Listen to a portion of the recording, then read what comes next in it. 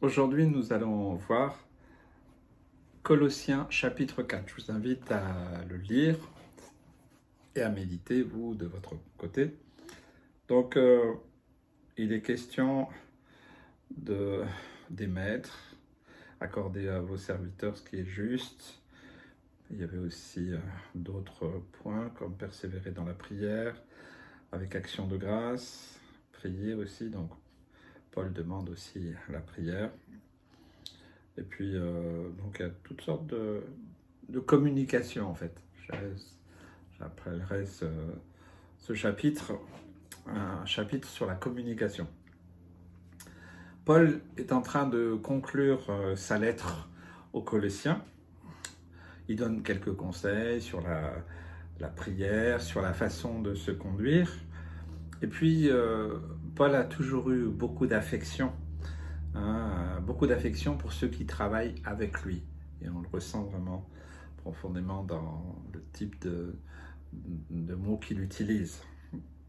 Et donc, comme je l'ai dit tout à l'heure, c'est ce chapitre, ça pourrait être le plan de communication du chrétien.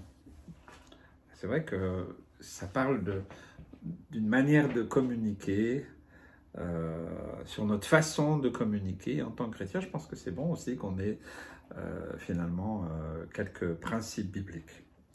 Premièrement, ce qu'on peut relever du texte, c'est que pour être un bon communicant, je parle d'un communicant chrétien,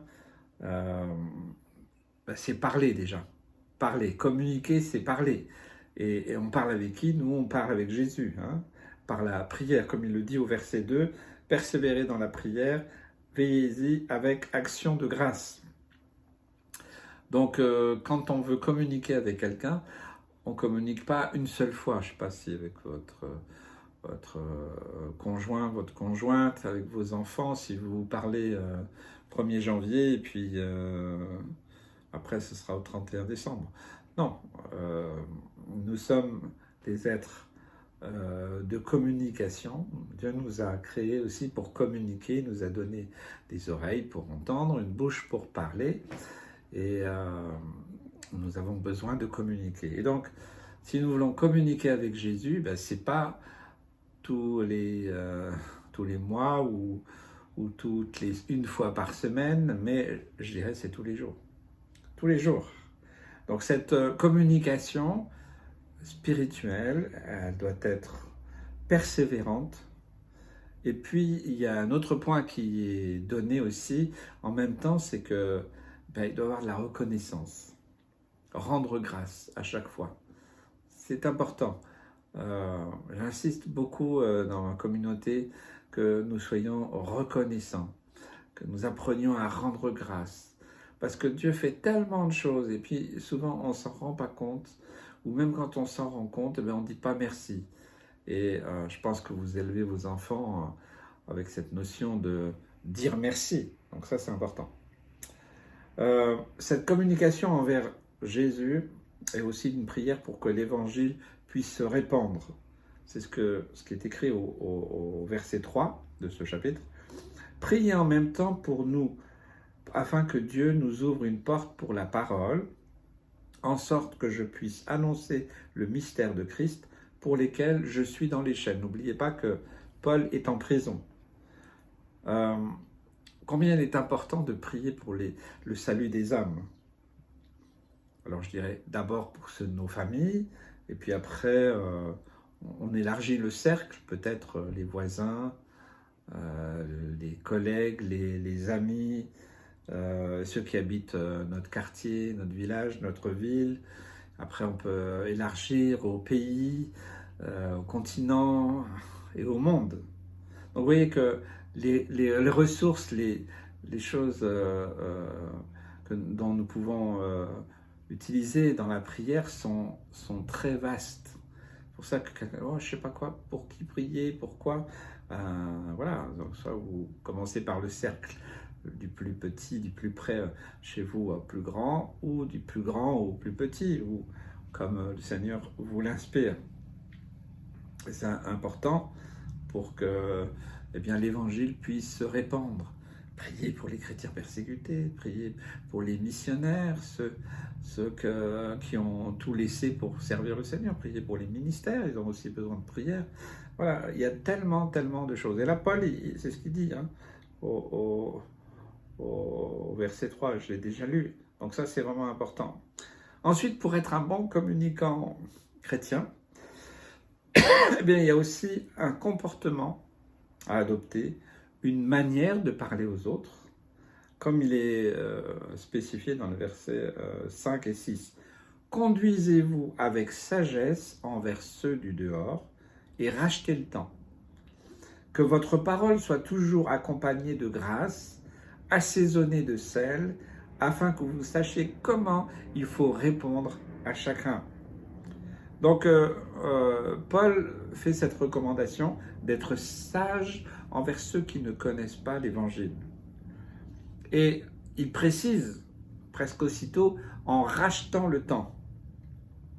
Ben, racheter le temps, c'est quoi? On ne peut pas racheter le temps. On peut pas. Qu'est-ce qu'on peut faire? Ben, en fait, racheter le temps, c'est ne plus perdre d'occasions. On en a tous perdu des occasions. Ah mince, j'aurais dû parler. Mince, j'aurais dû me taire. Vous voyez, il y a des fois des occasions qu'on loupe, mais il y a aussi des occasions qu'on manque parce que on s'est mal pris. Donc, saisir les occasions que Dieu nous présente avec sagesse. Nous ne parlons pas de nous-mêmes, nous parlons de ce que Jésus a fait dans nos vies, quelque chose de concret, et nous parlons bien entendu principalement du message de la bonne nouvelle de Jésus-Christ qui est mort à la croix pour chacun de nous. Nous ne devons pas zapper le message essentiel, c'est celui du message de la bonne nouvelle, que Jésus-Christ est venu, qu'il est mort, qu'il est ressuscité et qu'il vit éternellement et qu'il est là présent et capable d'agir pour ceux à qui nous parlons. Donc quand on parle aux autres, on doit principalement aussi se souvenir que Dieu nous a fait grâce. Et que si nous savons que Dieu nous a fait grâce, si nous savons d'où Dieu nous a tirés, alors on va parler aussi avec amour, compassion et grâce aux autres. Et à partir de ce moment-là, ça permet un dialogue, ça permet aussi de répondre aux questions d'une manière adaptée, avec amour, avec sagesse. On n'est pas en train de faire du bourrage de crâne, on n'est pas en train d'essayer de sauver les gens. Il y en a certains qui ont le syndrome du sauveur. Nous ne sauvons personne. Seulement Jésus est mort à la croix pour cela. Nous ne devons pas l'oublier. Mais Dieu veut nous utiliser pour parler de cette bonne nouvelle. Troisièmement, pour être un bon communicant chrétien, donner des informations, c'est nécessaire et c'est important. Paul dit dans son texte qu'il a envoyé un frère pour qu'il informe les Colossiens de sa situation. Voilà, il est en prison. Et puis aussi pouvoir les rassurer et les consoler si besoin. C'est pour ça qu'il y a le verset 7 et 9. Tychik, le bien-aimé frère et le fidèle ministre, mon compagnon de service dans le Seigneur, vous communiquera tout ce qui me concerne. Je l'envoie exprès vers vous pour que vous connaissiez notre situation et pour qu'il console vos cœurs. Je l'envoie avec Onésime, le fidèle et bien-aimé frère, qui est des vôtres. Ils vous informeront de tout ce qui se passe ici. C'est bien aussi d'exprimer les choses clairement, notre situation. Il y a aussi certaines circonstances qui sont particulières. Donc, il faut faire attention aussi à cela, de faire des prières aussi ciblées, pas être complètement à côté de la plaque, ou pas que ça conduise à des quiproquos. Donc, quand on prie et quand on témoigne, il faut le faire correctement. Donc, ça demande aussi de l'humilité, la simplicité, pas chercher à émouvoir, ni quand on est en train de prier, émouvoir les autres, ou quand on parle aux gens, pas essayer de leur en mettre plein la vue, parce que ça passera pas du tout. quand on communique, quand on témoigne, il ne s'agit pas de raconter toute sa vie privée, on est d'accord. Plutôt de donner des éléments nécessaires afin qu'on comprenne, que les gens comprennent notre situation. Et aussi, quand on veut partager un sujet de prière, savoir comment prier à bon escient. Et pour être un bon communicant chrétien, il ne faut pas oublier, bien sûr, d'avoir une véritable affection, je dirais, un véritable amour pour notre prochain, basé toujours sur ce que Jésus a fait à la croix. Si nous comprenions vraiment la dimension de l'amour de Jésus, qu'il a eu pour nous, qui nous a sauvés, nous a délivrés. Vous savez, la dimension de l'amour de Jésus, c'est pas un amour naturel et humain, c'est un amour divin, un amour tellement puissant qui nous dépasse. Relisez 1 Corinthiens 13, vous saurez, voilà, si vous êtes dans le coup, l'amour et patient, enfin voilà, vous avez toute la liste. Hein. Et combien c'est important que nous puissions comprendre la dimension de l'amour de Jésus, qui nous dépasse totalement.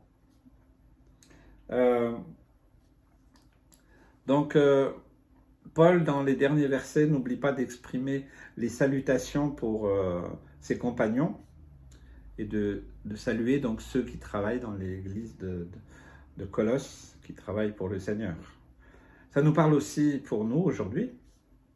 N'oublions pas, comme je l'ai dit tout à l'heure, de penser, de prier avec ceux qui travaillent, qui œuvrent pour le Seigneur, et en fait de ne mépriser personne. Priez pour vos serviteurs, priez pour les missionnaires, priez pour les frères et sœurs. Aussi, certains chrétiens, dans le cadre de la vie de l'église locale, peuvent parfois se dire il m'a oublié, lui, il m'a pas dit bonjour. Ça peut générer des conflits, des quiproquos, voire même des divisions. Vous savez, c'est des fois important de valoriser les autres. Tout ce que vous aimeriez qu'on vous fasse, faites-le aussi pour les autres. C'est l'enseignement aussi de Jésus. Je crois vraiment que l'évangile, c'est une puissance d'amour. Pas un amour galvaudé, mais un amour dans la vérité. Et c'est Jésus qui est la vérité. Donc il y a des choses, oui, c'est clair, c'est net. On ne va pas les enrober dans la tolérance ou autre, ou des compromis. Certainement pas. Être un bon communicant, c'est aussi être avenant, ne pas oublier de faire soi-même le premier pas, même si l'autre ne le fait pas. Ne rien attendre en retour de ce que nous faisons pour éviter d'être déçus ou frustrés. Combien moi j'ai travaillé dans telle église, tel pasteur, tel ministère, il n'y a pas eu de reconnaissance, j'ai été mal considéré. Je dirais tout simplement que si tu l'as fait pour un homme, pour un système, même pour une église locale, pour une communauté, c'est sûr que tu vas être déçu à un moment ou à un autre. Si tu le fais pour Dieu, tu ne seras jamais déçu. Je crois vraiment que la dimension du service, c'est ça, c'est d'abord servir Dieu.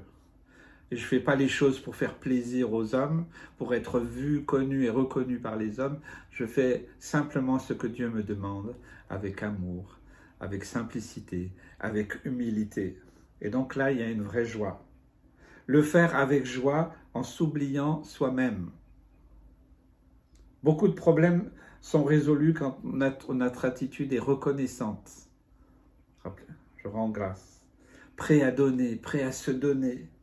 Vous savez, notre monde serait vraiment différent si chaque enfant de Dieu rentrait pleinement dans cette dimension.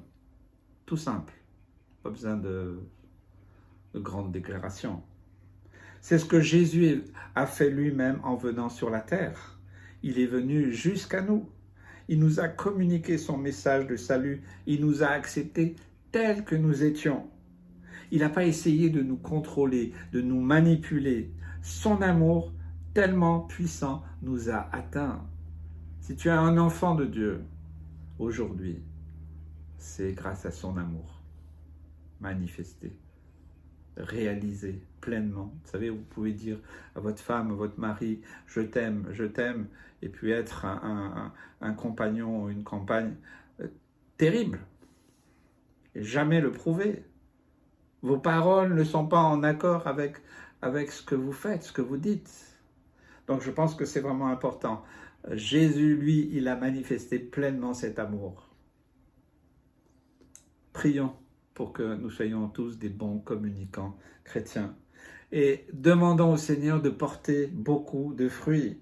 Du fruit non pas pour notre propre gloire, non pas pour être vu, connu et reconnu, mais pour sa gloire à lui, pour porter du bon fruit, pour son royaume. Parce que nous sommes tous des ambassadeurs, des ambassadrices de son royaume, du royaume des cieux. Amen. Que Dieu vous bénisse, vous encourage.